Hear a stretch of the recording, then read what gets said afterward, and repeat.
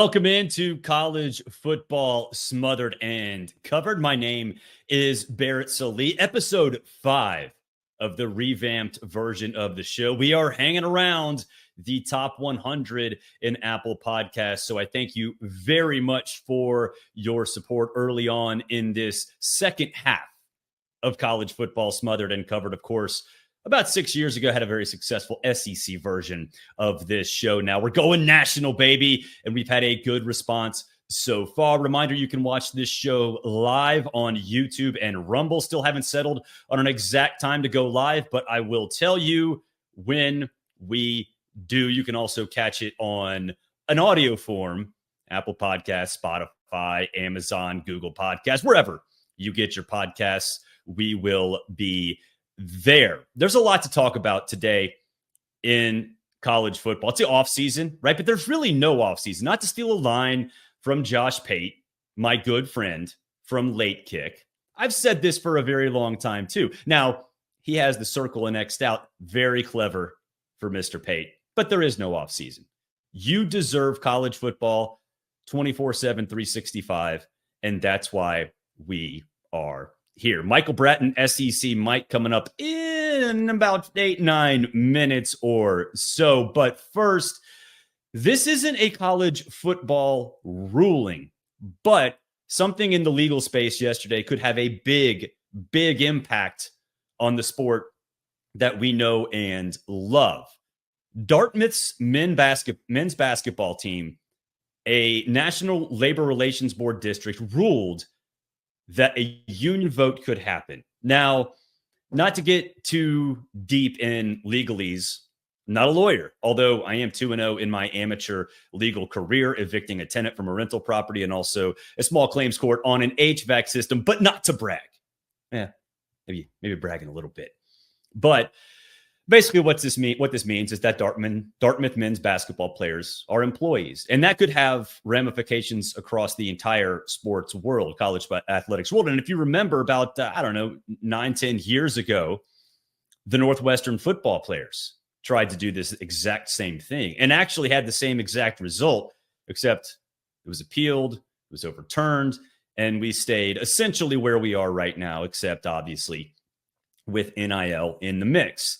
Now, this ruling for Dartmouth men's basketball is going to get appealed. After all, what is the motto for administrative issues on this show?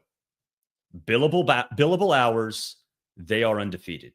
They will always be undefeated. The only winners in this will be lawyers. Now, we could get down to the nitty-gritty. The thing about this is, if you're an employee, you can get fired. So if you don't perform on the field, you can get fired. Okay, that is a massive change. Here's the thing about this, my opinion. I'm like Jonathan Moxon from Varsity Blues. Remember when he's fighting with his dad in his living room? And his dad's like, I want to talk about Gilroy, the game coming up. He's like, I want to talk about Gilroy. And Jonathan Moxon goes, Gilroy? Tell me who wins. And then walks out. That's where I am right now. Tell me who wins. This legal stuff, this administrative stuff, what players can get, what players can't get, especially in this union debate, I don't care. Just tell me how it ends. Because there's no right or wrong way to do this. It's amateur athletics. Well, actually, it is professional athletics under the guise of amateur athletics. It's beautifully dysfunctional. We always say on this show, college athletics, they're beautifully dysfunctional. There's no right or wrong way to this. Sure, you can have an opinion. You probably do. It's unrealistic. My opinion, unrealistic. No opinion on this is realistic. Because this is beautifully dysfunctional. There's no right or wrong answer. None. It doesn't exist. So tell me who wins. Tell me who wins. And at that point, we'll adjust. At that point, we'll say, oh, you're employees, you can get fired. Oh, you're not, we're going to keep things the same. You can make money on NIL, great. You can make money through the school and you are employees, fine. I don't care anymore. I don't care anymore. I just want to get back to talking about the sport. The sport. Now, I know I'm sitting here complaining about something that has nothing to do with the sport. And that's because everybody else, the mainstream media, everything you read is about this nonsense. I want power rankings. I know you hate them. I love them. Actually, you say you hate them. You actually love them. Just like you say you hate preseason polls, you actually love them. Why? Because the foundation of college football is that we get to argue with people. We get to yell at people. We get to call people. You can call me an idiot. You can hear this podcast. You can reach me on X. You can reach me on Instagram, Threads, TikTok, wherever. And you can call me an idiot. And I can say it right back to you. Because that's a feature, not a bug. The game itself is a feature, not a bug. I want to hear why you think USC is a fraud. I told you yesterday. And if you think USC is a championship contender, come at me. Tell me. Great. I want to hear it. I love it. But with this employee thing, with this national NLRB thing, with the union vote, tell me who wins. Just tell me who wins. And I'll be done with it.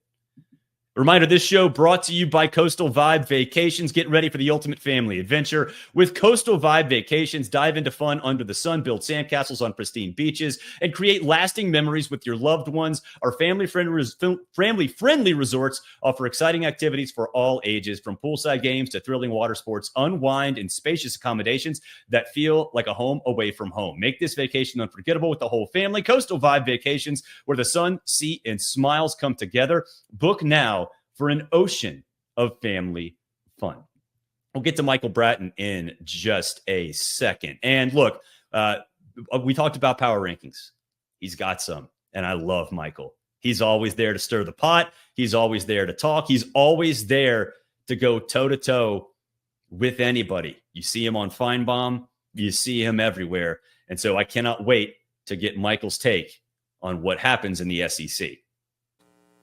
You know him, you love him, Michael Bratton, SEC Mike, that SEC podcast, joining us here on the show. Man, it's great to have you on. You know, I've seen you go from SDS to now doing this independently. It's awesome to see your career jump like that. And welcome to the show.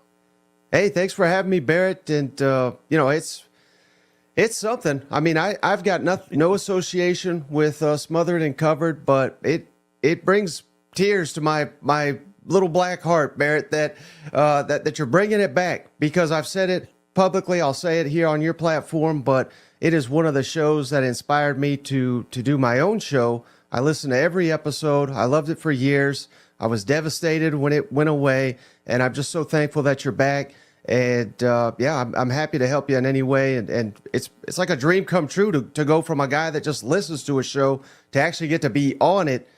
This is the honor's all mine.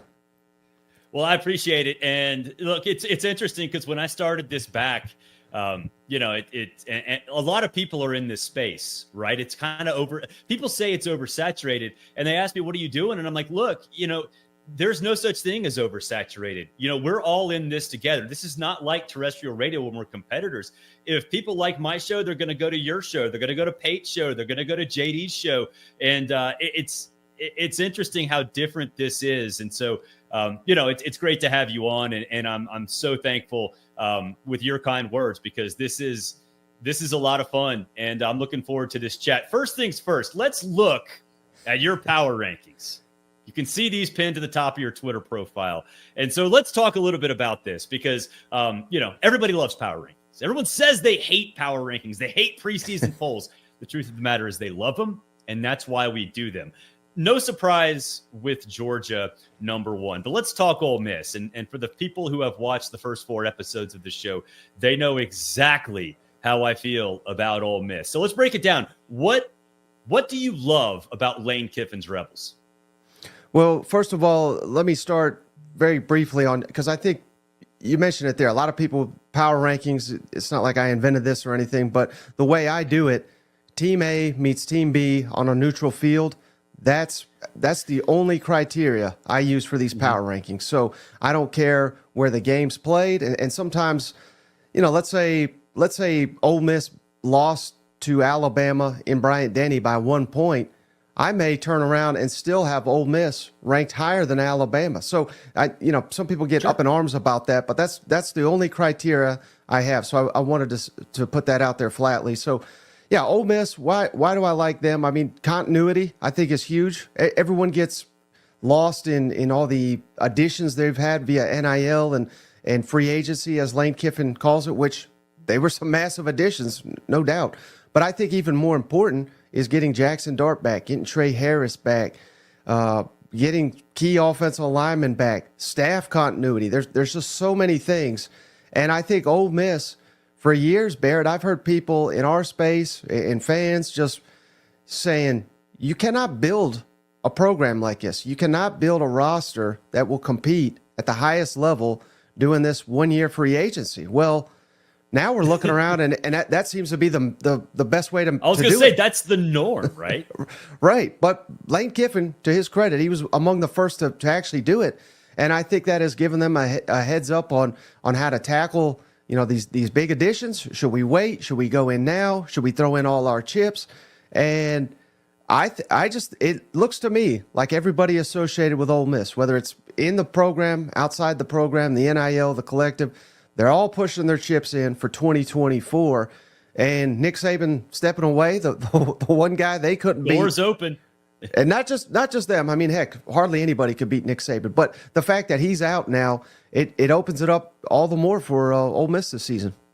I'm with you. I 100% agree with you. And when we give our early 12-team playoff predictions, I had to do it when I was still at CBS the day after the national championship game. And there were a lot of people pissed off about that with different aspects of it. But I put Ole Miss in the 12-team college football playoff. And I assume at number 2 in your power rankings that you do as well. But let me ask you this. Is Ole Miss capable of actually winning the college football playoff this year? I mean, I certainly think it's going to be difficult, but I've gone, Barrett, from saying Ole Miss should be a playoff contender to Ole Miss should be a national championship contender. So I do think they're in the conversation. They're going to need some breaks, certainly, I would think. I don't think they have the depth of Georgia, of Ohio State, and possibly even Alabama, which I'm sure we'll get to. But I just think that, as long as key players don't get injured, it's fascinating to see, Barrett. I mean, all due respect to blue chip ratio and the past 10 years of the playoffs says this, and the years of the BCS says this. People argue with that to me, and I say that's all garbage. I mean, that's great that you've done all the data and you've done the research, but we don't know. We don't know what it's going to take to win the 12-team college football playoff because it's literally never been done. And I think the transfer portal and I think NIL has proven that as great as the blue chip ratio and all that has been for years, you're starting to see, I don't want to say irrelevant because clearly Georgia and Alabama, I mean, teams that fit into that category are still major contenders. But how do you explain TCU getting to the national championship? And I realize their path was much more easier than an SEC team, but how do you explain Cincinnati Washington? got to the playoff. Cincinnati. I mean, there's many examples that college football has changed, and I think that's great for the sport. I agree with you. And as far as the blue chip ratio goes, these players get reevaluated and get different star ratings as members of the transfer portal. And so I think that needs to be factored. And there's no formula for that yet. We haven't figured out a formula for that yet. All right, let's get back to your power rankings, because I agree with you with Ole Miss.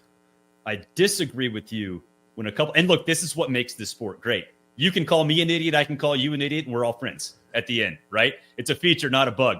Alabama 3, Texas number 4. I have Texas number 4. Actually, I have Texas number 2, Ole Miss 3, Alabama 4. So clearly you're still buying a little bit about Texas, what Texas is selling, but why are they behind Alabama in your power rankings? Well, I love the fact that, Sarkisian does have it rolling, but I still, and I seem to be on an island on this one, Barrett, but I still question how elite Steve Sarkisian is as a head coach. And okay, It's fair to say that I think he's as good as he's ever been. So that's a fair argument as well. But if you just look at his record against top 25, you look at his record against teams with, he's been a head coach, I think, for 10 seasons. Yeah. He's got 2 where he's won more than 8 games, I believe. So, again, does that mean anything for 2024? Not necessarily, because, again, Texas, I think his latest Texas team was the best team he had. So I have some reservations about Sarkisian losing a ton of skill talent. Now, they have turned around and replaced them via the transfer portal. So I think it's easy to sit here and say, they'll insert this guy, they'll insert that guy, it'll be fine. But we know it doesn't necessarily play out that way. It's how will these guys fit into the system and things of that nature. So I don't know. I think there's going to be some reservations there. I know they lost their big defensive tackles, both going to be high-profile NFL draft picks potentially. And I just think going into the week-to-week grind of the SEC, I don't know if Texas is ready for it. It's going to be fascinating because I think Steve has the right mindset and he's got the right blueprint. And I think they can win the line of scrimmage already, which is big. That's why they won that Alabama game in week 2. They won the line of scrimmage. They basically were built like an SEC team as still members of the Big 12. Now, I think what's interesting to me, and this is a tricky question because it's hypothetical, I think we all assume Alabama's going to kill it in the spring transfer portal. Right now, they don't have a team that can compete. Just right this very second, they don't have a team that can compete. But they're going to kill it in the transfer portal. If they do you think you could rank them number 2 or even number 1 based on the staff that Kalen DeBoer has hired? Yeah, perhaps. And that's why I still have Alabama so high, Barrett, because I believe in the staff. And I listen to people like Dave Bartu who rank these coaches just based on the data. And he says Kalen DeBoer is essentially the top on-the-field coach, not recruiting, not staffing, but results on the field. Arguably the top head coach in the country. So if he can live up to that, it's different. We've had a lot of quote-unquote great coaches come into the SEC, and they get exposed as not being so great. I don't think we're going to – I mean, it's a long, long list. So Kalen DeBoer could be next to be exposed by the SEC. I don't think he will, and I get it. They've lost an incredible amount of talent, particularly high-profile talent, but this is still a top 10 roster, probably much better than that, probably a top 5, 6 roster in all of college football. You combine that with an elite head coach. You combine that with, I think they've upgraded, assuming Ryan Grubb stays on staff. I think they've upgraded at both offense and defensive coordinator. So yes, I think the coaching will be significantly better. And it may take some time, Barrett. I understand, and I believe they should be underdogs at home against Georgia. But thankfully, in this new 12-team format, losing one game is not going to kill you. And if they lose, then who knows? They may beat Georgia. But if they don't, it's not going to eliminate them from anything. I expect they'll be in playoff contention, national championship contention all season long. It'll be interesting to see. Okay, number 10, Florida. I mean, Florida fans have to be looking at this going, God, why? How can this be? Because there's not an argument, right? Like, they look at that your rankings and they're like, okay, yeah, we should be behind Florida. We should be behind Texas A&M and LSU. The schedule does no favor to Billy Napier. And, let's take the schedule into account. I don't like necessarily putting a number value on what coach X needs to do to keep a job, because 7-5 and 8-4, they can look completely different from each other. A 7-5, is completely different if Billy Napier does it this year than it would be if he did it next year or whatever. But what do Florida fans need to see to be excited about the future? Is there one or two things that you can look at and say, okay, record aside, these two things, these three things need to happen for fans to really jump back on board the Billy Napier bandwagon?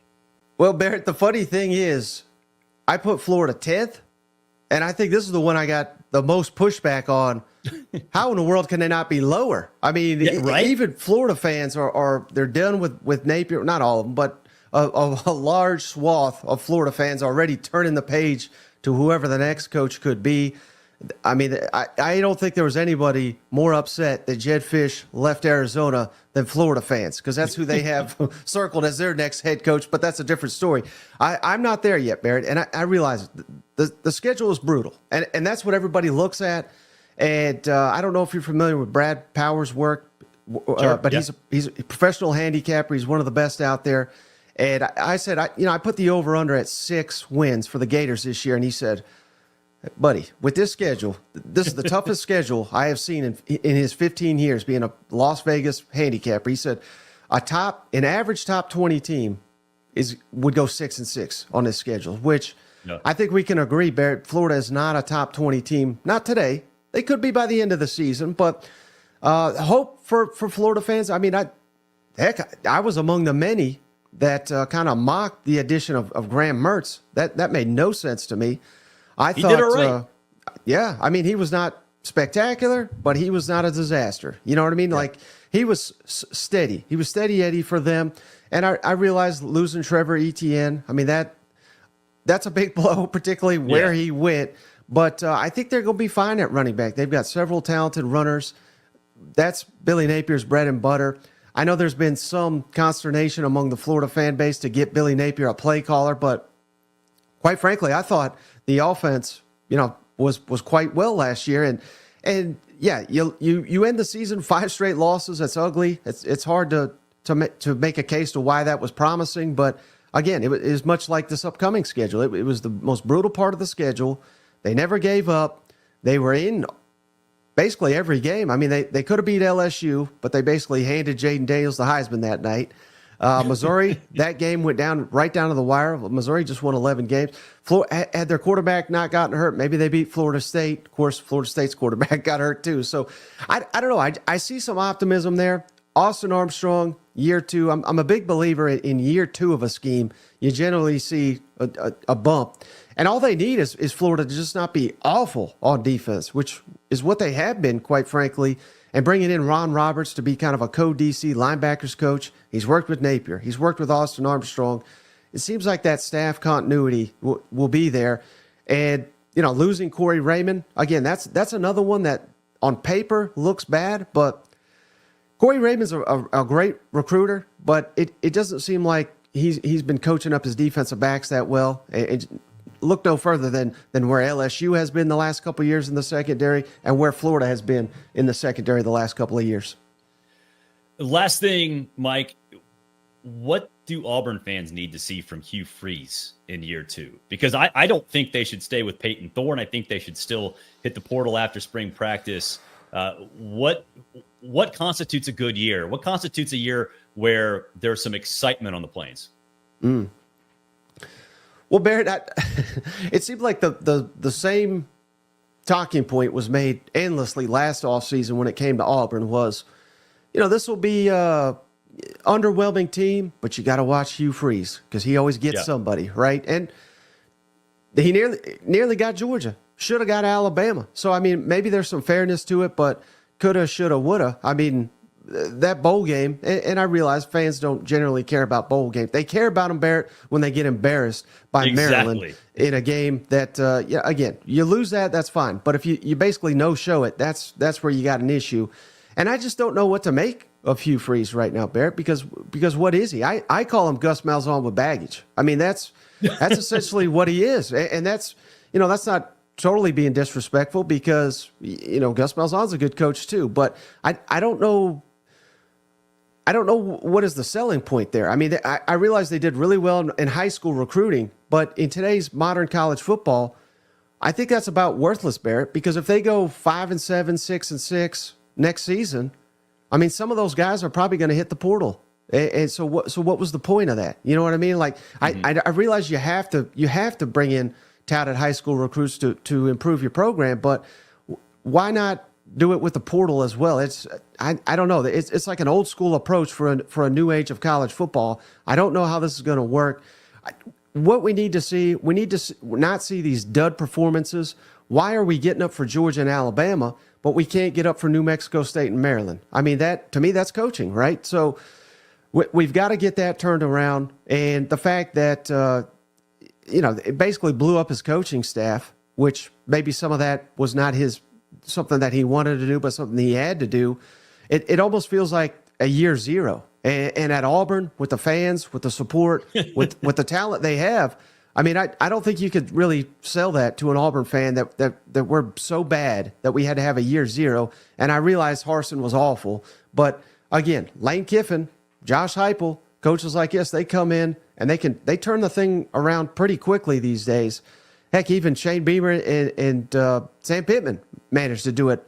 But, of course, those are not necessarily going so well right now. So maybe not the best examples, but we got to see more consistency, I think, from Auburn. I think that's the key. As an Auburn alum, I can guarantee you patience is not something that we tend to have a lot of on the Plains. Mike, appreciate you hopping on that SEC podcast. You can follow yourself, or you can follow Michael W. Bratton. Anything else you want to plug before we hang up the headsets here? No, just, we're on YouTube now. That's blowing up. That SEC podcast on all platforms. But truly, Barrett, this was an honor being on Smothered and Covered. This is, like I said, I'm not blowing smoke. This is one of the select few shows that inspired my show. So this is a real treat for me. Well, I appreciate the kind words. Mike, appreciate it. And have a great Tuesday. Absolutely. You too, Barrett.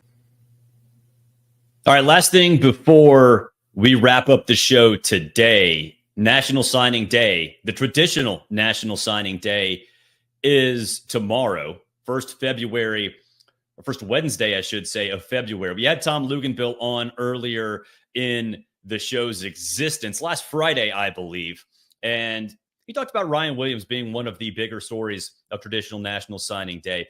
Terry Bussey, Texas A&M commit, an athlete, five-star athlete, basically wherever you go, consensus five-star plus on a 3, is going to make an announcement. And he's been a long-time Texas A&M commitment, but he visited LSU. He's visited Georgia. This is not set in stone. Now, Texas A&M, you have to get him. Mike Elko, you have to get him. If you can beat out LSU and Georgia for one of the top players in the country, think about what that would do for the momentum of Texas A&M football. Everybody knew Jimbo was a recruiter. That was his claim to fame. Wasn't a very good coach, but certainly a good recruiter, maybe the best in the country. Mike Elko, as a head coach, no, he's not. 2 years at Duke, he hasn't proven that he is an elite recruiter. Now, when he's an assistant, sure, absolutely. But as a head coach, we really haven't seen him go head-to-head with some of these big-time programs. Now he is. Now he is with a guy who's been committed before he even got there. If you can hang on, that is a massive statement, not just to LSU, not just to Georgia, but the entire college football world. Now, is Texas A&M going to be competitive in the SEC this year? Probably not. Probably not. The roster is not where it needs to be. It might be, though, in a couple years. And this is the foundational piece. All these kids talk to each other. We can talk about all these great coaches, these recruiters, and how tied in they are to high school program, and all that stuff's great.